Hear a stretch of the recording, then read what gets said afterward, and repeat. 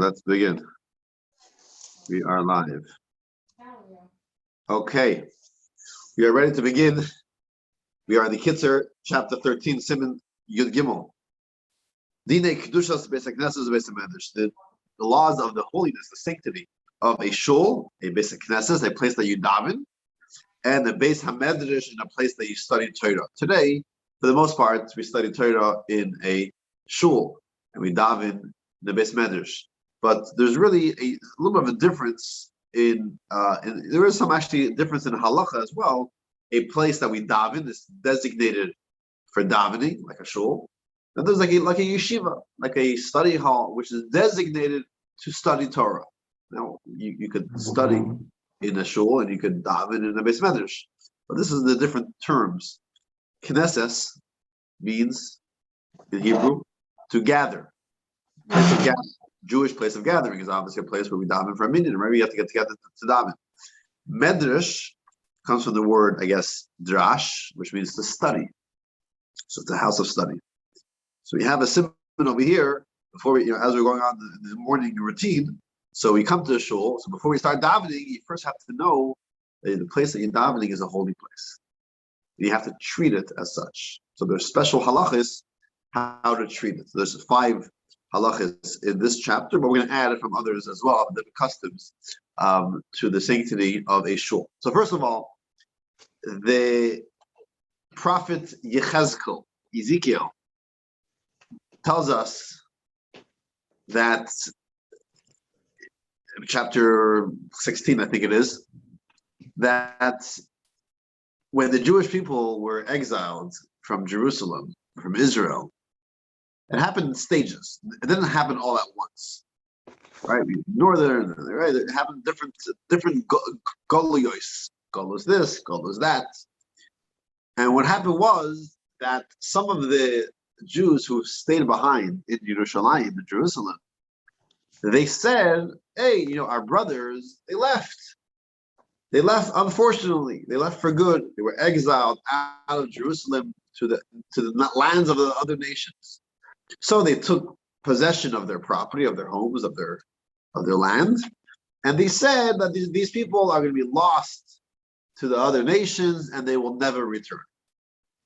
They left the Beis HaMikdash, they'll never return.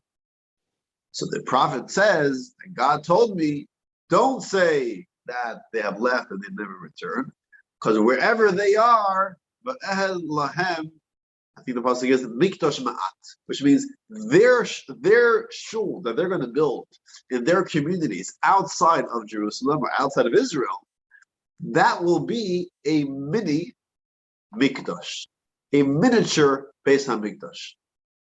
And then the prophecy continues, and eventually they'll also return, which is a prophecy for I think probably for the returning on the second. Yechezkel was the first Golus, right? So they'll eventually return to Eretz Yisrael. But the point is, we have a reference over here that the shuls will be a mikdash ma'at. So we have to treat our Beis HaMikdash, our Beis HaKnesses, our shul, not just as a community center, but as a mikdash ma'at. It's a miniature Beis HaMikdash. The holiness of the Beis HaMikdash, right? You'll make a pilgrimage, you go up and you bring a carbon, you bring the Beis HaMikdash. Wow, you think of the Beis HaMikdash in Yerushalayim, the holiest place, and it was the holiest place. That's how we also have to treat our shuls that we have in our communities.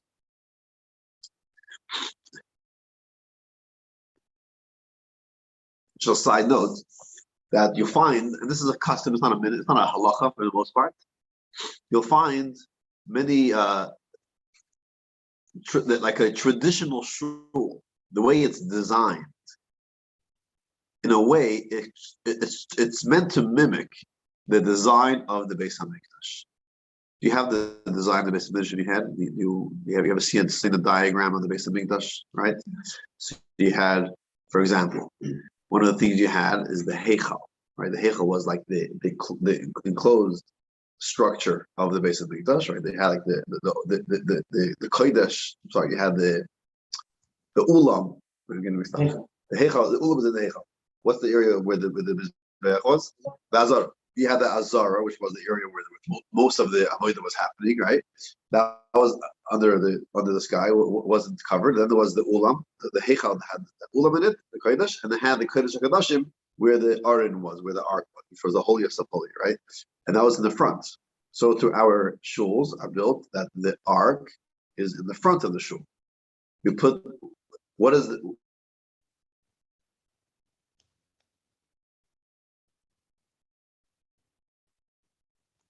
You just stop.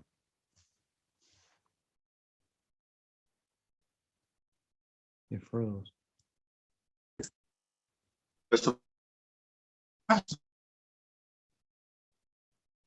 Shemai, right?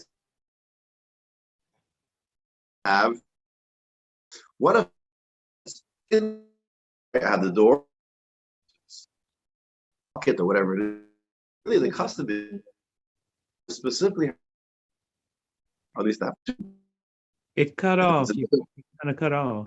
Yeah. It's happened last.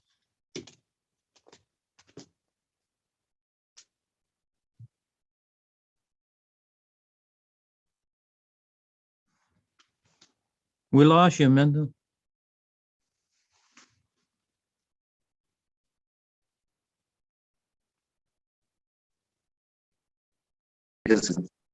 Avram, do you hear me? I can hear you now. Okay. You coming back. Okay. Look at that. The second coming.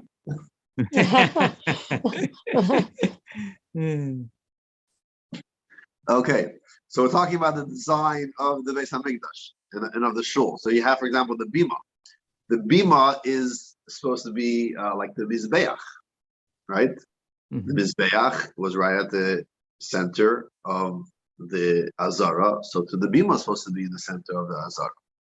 You have the old, if you go to the old ancient today, you don't see so many shuls built this way, but even in the world, you go to Anshe Sfard, where you have the women's section was on the second floor. Have you ever been to Anshe Sfard? Have you ever been to a synagogue where the so they usually, we build shuls where the men and women sit side by side, but in the old traditional shuls, and they were like the second balcony with the see down, and then on the lower floor, right? This is the way shuls were, because it was the same as Nashim. Once a year during the when there was a celebration, the women, and they would sit on these balconies that were on the second floor. So we have that shuls as well. We have in Haman in court, eternal flame, like hanging or something like that, right?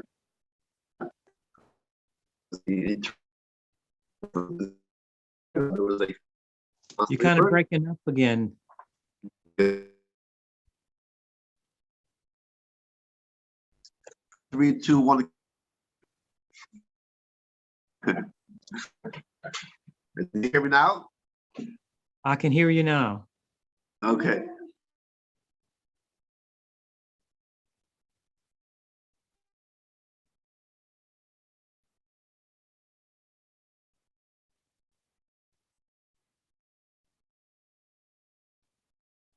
But not now.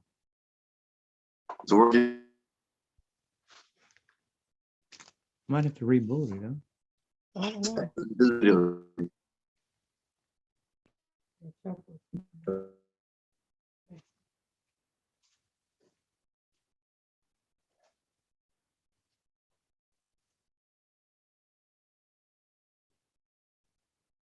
It got cut off.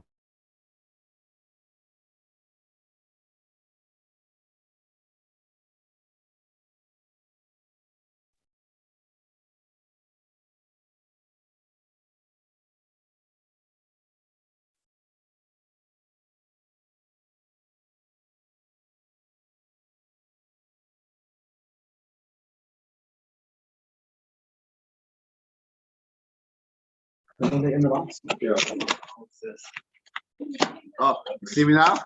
Yeah, I'll see you now. Okay.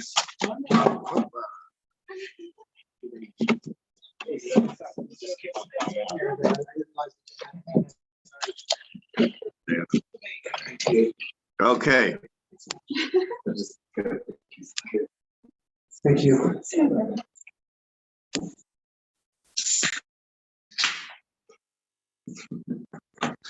Okay, so let's see how it goes. So what was I saying? So you have the Ner Tamid. What else? There are a few other things that are probably not coming to mind right now. That that the stender where the chazan in the front stands, so it's not just as convenient to have a somewhere to place your siddur, but also to mimic the gold altar that was inside, right? Actually, in front of the is that no interesting? Is the Mizbeach like the Bima's the Pharaoh? Yeah, so there are many. There are a few more that's not coming to mind right now, but that's the idea. The idea is that our shuls is not just a place where we gather to daven. It's a mikdash ma'at. There's a godliness there. There's a sanctity over there. God rests the shechina over there. Like we mentioned last week or a few weeks ago, even if you're not able to get to a minyan, there's still you would still prefer to daven in a shul even without a minyan because it's a holy place. It's a place of davening. It's a place that's designated for davening and learning, so it's a holier place. So that's why we have a special halacha is how do we treat a shul. So let's read what it says in the Kitzur, and then we'll kind of add to that as well. Halacha Aleph. We're ready to read inside chapter 13, halacha 1. Kedushas Beis HaKnesses or Beis HaMedrash Gedola Ma'od. The holiness, the sanctity of a shul and the Beis Medrash is extremely high. It's great. We have to have like this fear, this reverence to the one who is dwelling or resting in it. Like it says in the pasuk, "Umikdashi tirau," that you should fear my mikdash. And the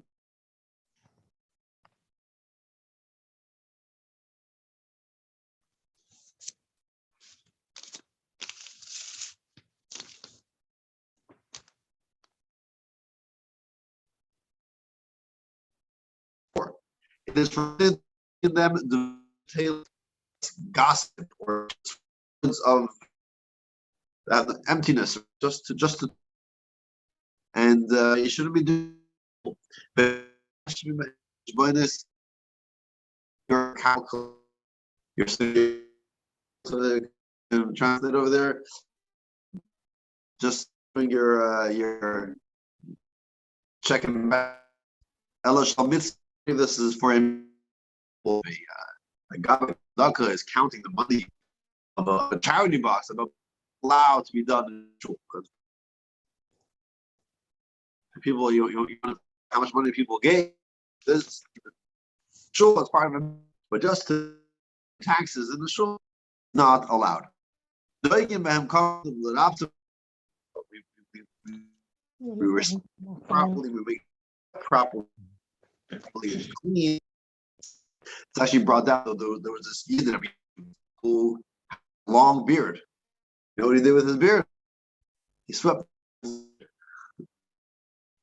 Brought down because the shul has to.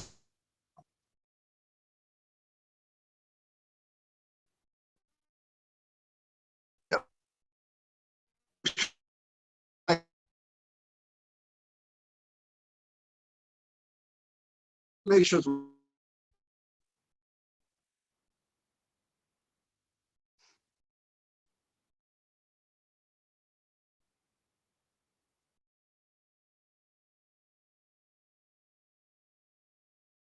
if you notice, it doesn't mention whether this is during davening or not.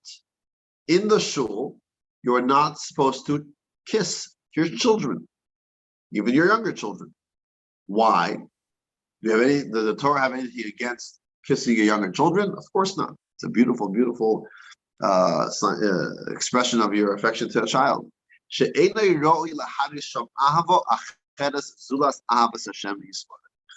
Because in the shul, this is the place to show your love to Hashem and to no one else.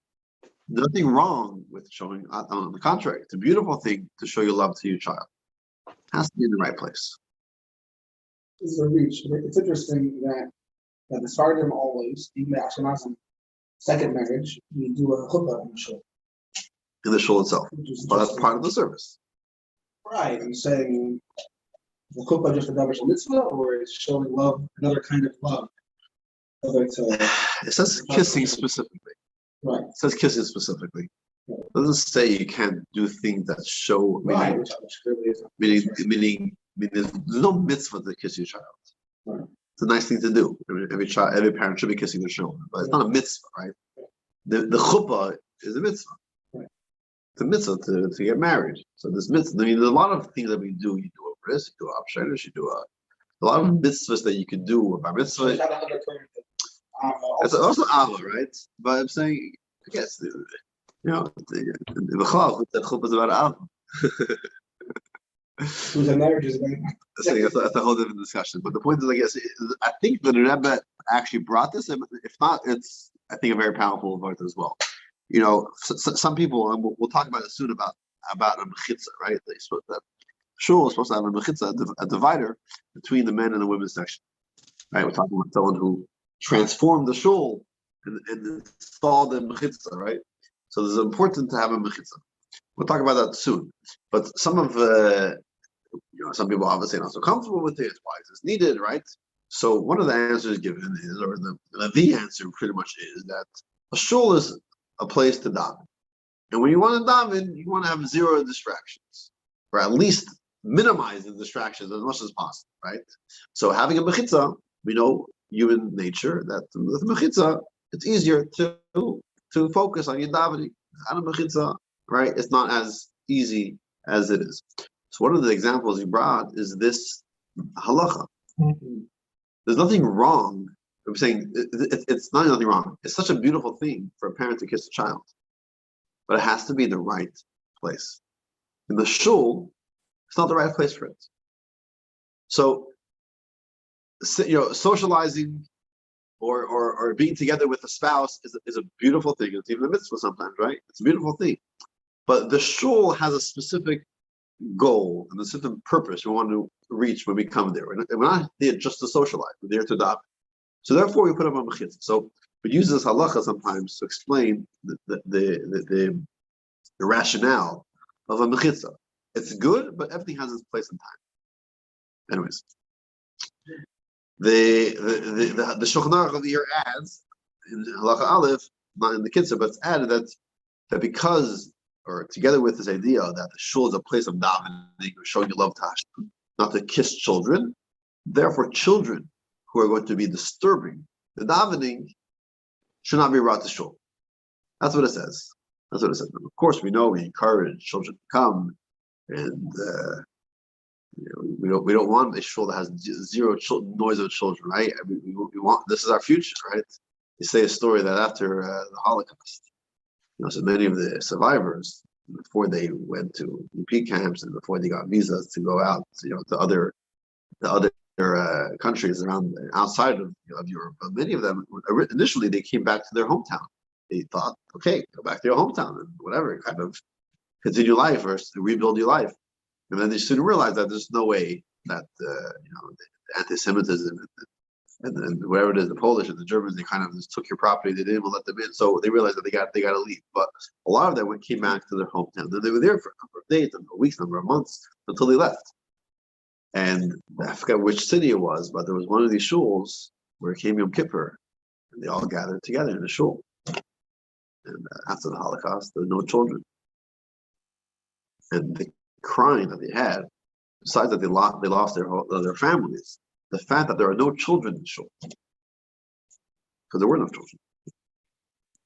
I remember the story that one of these people later was in one of these shuls in New York or somewhere where there was hustling and bustling, the children running around making so much noise. And he said, "Listen, I was in that shul after the Holocaust, and there were no children. So thank God we have children here. It's okay if they're making noise." So that's obviously we like the children and we want them to be there. But at the same time, the Shulchan Aruch does tell us that children who are making noise should not be brought to shul. So I think we have to just keep that in mind, to keep a proper balance, right?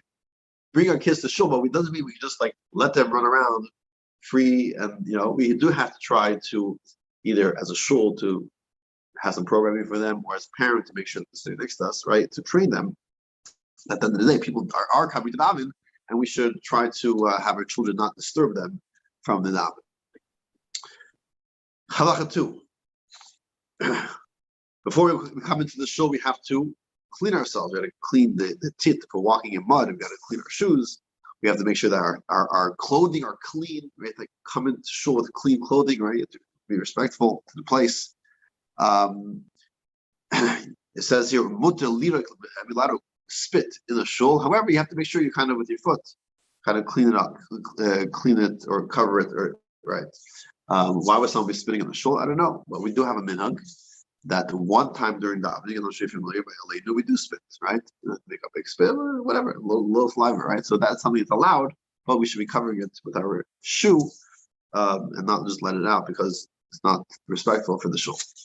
The other areas of the shul, other than the actual room of God. So let me just clarify. This talking about the actual sanctuary, as we call it. The shul was the shul, right? We're not talking about the classroom, not the opposite, not whatever, a social hall or a kitchen, right?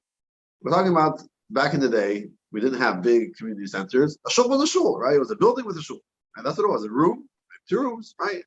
There was no office. There was no kitchen, right? No mezuzah. And we weren't even chayav in a mezuzah, right? Just a room for mezuzah. Eating there, sleeping there, just for now. Right. So again, this is not today's shul. It's not today. We'll get to today's shul in a moment. But we're talking about the shul itself. Talking about the shul itself. So in our shul, where would the shul begin? The streets, the big room, the room is the shul. That's the shul. All the way. What if the airballs? Well, today we use both of them for a shul, but we'll get to that because our shuls are built a little differently with a little bit of different intention, and we'll get to that too in Halacha Dalet. But this is the shul itself. The other rooms of the shul probably don't have the halachas of a shul. I should have halachas of a shul, right? And that's probably a community center, right? Okay. Halacha Gimel, Halacha 3. So what happens, because it's the shul, it's the holy place, so I can't use it just for shelter, right? So it's a really, really hot day in August. It's 110 degrees. I'm walking by, hey, let me just sit down the shul. I'll put on the AC. The AC is on. I can just enjoy it. Never had you cool off a little bit. No, the shul is not a place for shelter. And if it's raining outside, and I'll just run into the shul. Again, this is the actual sanctuary, the actual building, right? Not the building. You don't walk into a shul just because you want to protect yourself. But even if you have to go in to call your friend, see, my friend is in the shul. I want to call him. I'm not going into David. I just want to go to call him. Even for that, you can't just go in. You can't just walk into the shul without davening or learning. And therefore, it says like this: if you do have to go in, you should go in and say a few verses, say a few psukim, say a mishnah, say a little prayer, or listen into someone else teaching a Torah, right? A class, right? If you know a few psukim by heart, Reishis Bar Alikim Mesa Shemaim Mesa Aretz, Torah Tzivalana Moshe Merashim Kilos Yaakov, or a little tefillah.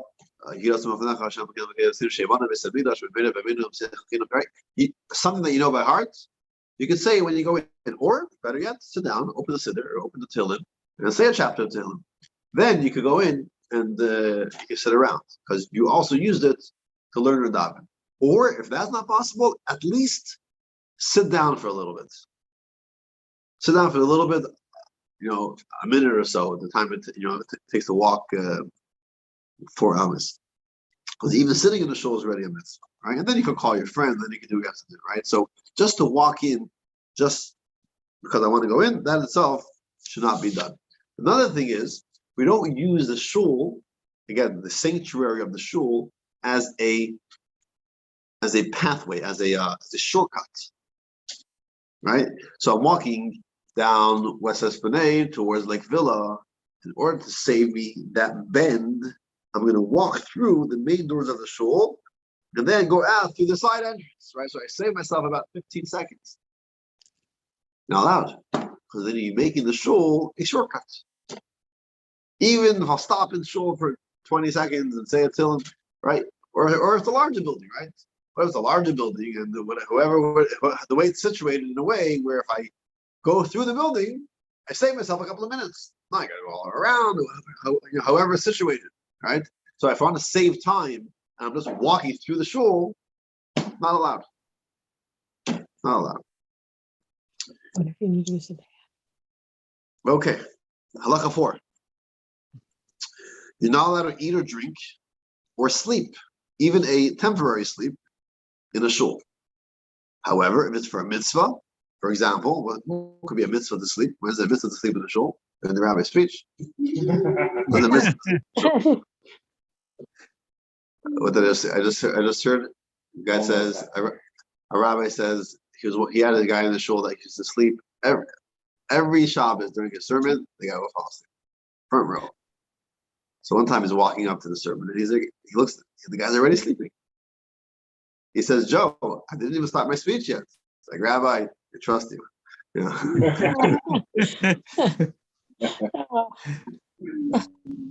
One last sleeping during Rabbi's sermon joke. The guy, Joe is sitting in the front row, and he's not only sleeping during the Rabbi's sermon, he's snoring. So the president of the shul was over and said, Joe, Rabbi's speech, you're snoring. What's the problem? I paid membership. I have a right. So I get it, but you're waking everyone else up.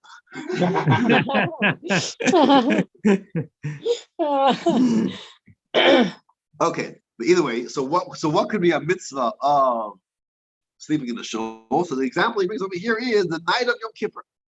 I'm not sure exactly what that means. If that means that people wouldn't go home, people would stay all night long in the shul because they didn't want to walk at home at night. It's late, or they're davening all night, or whatever it is, or maybe I'm not sure. I think in Halacha Kippur he says if people had a minute to stay all night. Oh, people had a minute to stay all night on Yom Kippur to sleep. Say Tehillim, and basically you're basically davening all day in shul. People would just sleep in shul, so that's considered a sleeping of a mitzvah. So that is allowed. However, if you are sleeping in a shul, you should try to not to sleep right next to it, the front next to the Aron Kodesh. It should be a little further away from the Aron Kodesh. And the Alter Rebbe adds that maybe if there's like a separate room of like the women's section and there's no one there, you maybe can sleep in the women's section. It's a little bit of not in the actual sanctuary right next to the Aron Kodesh. So that is in regard to sleeping. If it's a mitzvah, it's allowed. The same is true if you're eating also for a mitzvah. What's a mitzvah? Sunnah of a mitzvah.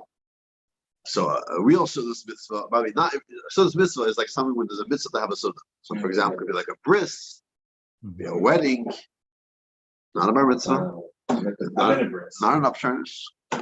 I'm not sure if a kiddush is a sunnah mitzvah. I mean, a mitzvah is that there's a mitzvah to have a sunnah. So for example, when you have a bris, the mitzvah of a bris, you're supposed to have a sunnah. The mitzvah of kiddush, it's Shabbos sunnah Shabbos is a mitzvah. Yeah. That's a sunnah mitzvah. Okay. Purim, he was sunnah. Shabbos, yeah, I guess so. Maybe it is.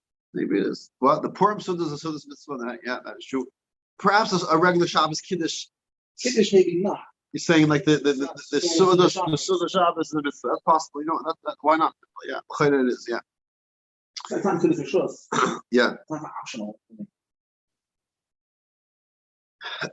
Or for people that are learning constantly in the shul or a base medrash, and therefore they are allowed to eat and drink there because they want to kind of continue learning all the time, so they're allowed to eat over there as well. Now, in regard to this halacha, it's important to note that in today's day and age, when we build a shul, and we know that many times the shul is going to be almost like a multi-purpose room, right? Like the shul over here, for example, in Metairie, right? Yeah, we daven in it, and that's the primary use of the shul. But we know that we're going to be using it for so many different functions. We often move all the tables, and we have camp, or we have youth programs, we have Hebrew school, we have whatever, right? Speaker. I mean, so much goes on in this building, right? So when it was built, it wasn't built. This is going to be a shul, and this is what it's going to be, and everything else is going to have in other rooms. No, it was built that there's going to be a kiddush, there's going to be food, there's going to be parties, not only parties for a mitzvah, right? There's going to be lots of food in the shul for other reasons as well. So because of that was what we had in mind, it was designed for that as well. So therefore, there is a lot of reason to be matir, to be lenient, and allow these food and things like that in the shul. I read an interesting letter from the Rebbe. 1956, I think, or 57. It was interesting. It was like from the Gabbai of the shul. And there was a shul that had, in the shul itself, right after davening, they would have a kiddush. The kiddush was on one table. And then one day they decide, some people in the shul, that they want to start a shir, to learn Torah for a little bit right after davening. Let's say a 20-minute shir in Gemara. But the problem was, it became almost like a competition, because more people were interested in the kiddush, as you can imagine, than in the shir in the Gemara. So whether the shir of Gemara decides, say, you know what, we're going to hold our shir on the table where the kiddush is. So there's a forced crowd. Now you can only imagine that the kiddush participants, they said, what do you mean? We want to have a kiddush. And they said, well, if you want to have a kiddush, maybe go somewhere else. This is where we're going to give a whole fight. So they actually wrote to the Rebbe. And interestingly, the Rebbe responded and kind of explained, the Rebbe said that the best thing for the future of your shul, for the future of your kiddush, and for the future of your shir, if you want more people at your shir, don't fight. Because if there's arguments and there's fighting in the shul, everyone loses out. People are not going to want to come. So just try to work it out. If you can't work it out, he says, the Rebbe says, whoever was there first comes first. So if you can't work it out, the kiddush is there, and then the shir can be somewhere else. If the kiddush people are willing to go to another room, that's great. But then in this letter, the Rebbe says, because the Gabe was coming with this whole thing. What do you mean? We're supposed to have a kiddush in your shul. You're not allowed to have food in your shul.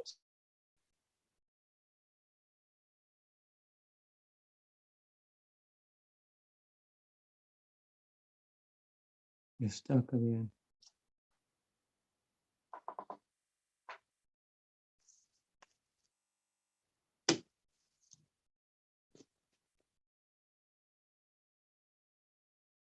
You might have to log on again.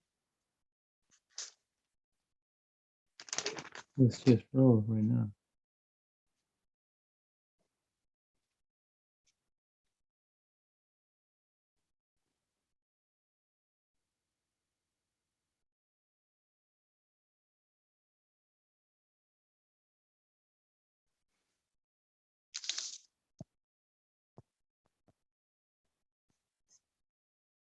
Completely wonder.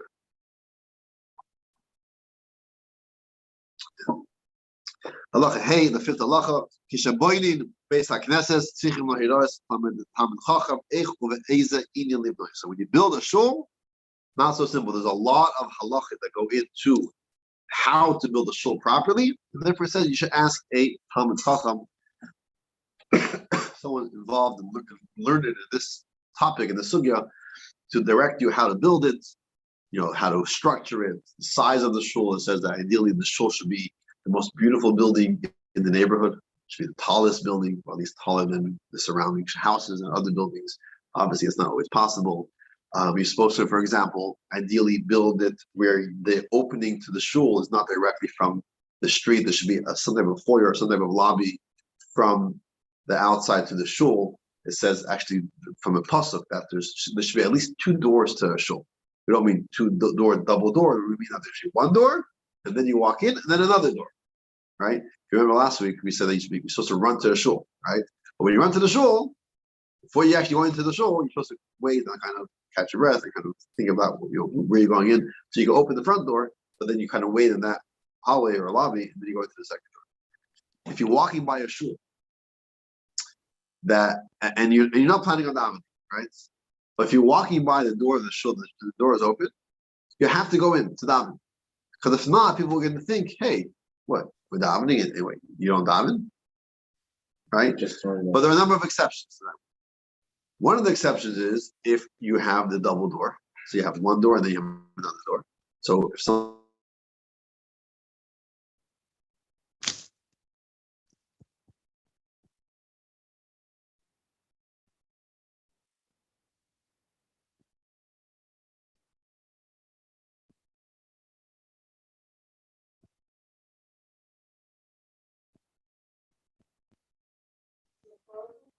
Mm-hmm.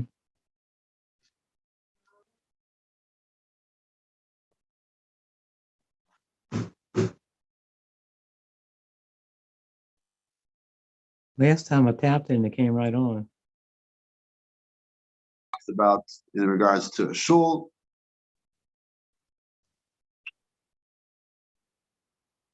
Oh, so it talks about the idea of a mechitza, right? So we build a shul, we build it with a separation, with a division between the men and the women. We know that this goes back all the way to the way it was in the Beis Hamikdash, where when Simchas Beis Sheva, when we rejoice every night of Sukkot, the drawing of the water, music, dancing, very lively celebration. The women were on top and the men were on the bottom.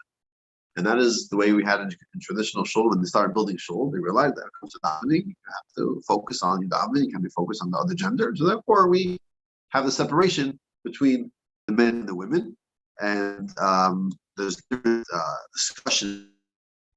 This mechitza is such a hot topic. That's what's called the divine laws. Exactly. Mechitza, right? Because everything in halacha has to be precise. So, what is the minimum size of a? Or do you need a mechitza? What do you need without a mechitza? The front, on top, you still have mechitza. The women are on the back, and the men are on the front. Each case, different opinions. The idea is, need a mechitza is the height of.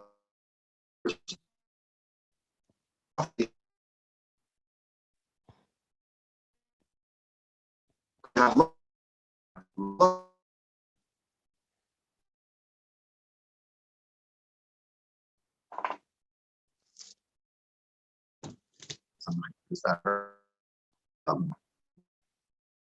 mirror or one side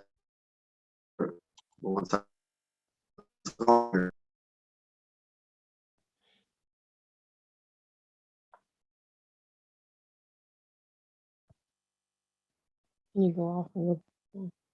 We're off right now. Guys can come back. davening. Are you allowed to daven in a shul? Not having. Oh, great question. Are you allowed to daven in the shul that has no mechitza? So if there are no women there for that tefillah, then you are allowed to daven. If there are women there, But why is there a mechitza? That's probably. why is there no mechitza? Why is there no mechitza? Exactly. Yes. So a non. It's the only way in the, like, let's say you're traveling business. That's the Right. only shul in town. You're saying it's a non-orthodox shul. Yeah. That's the only reason why I would.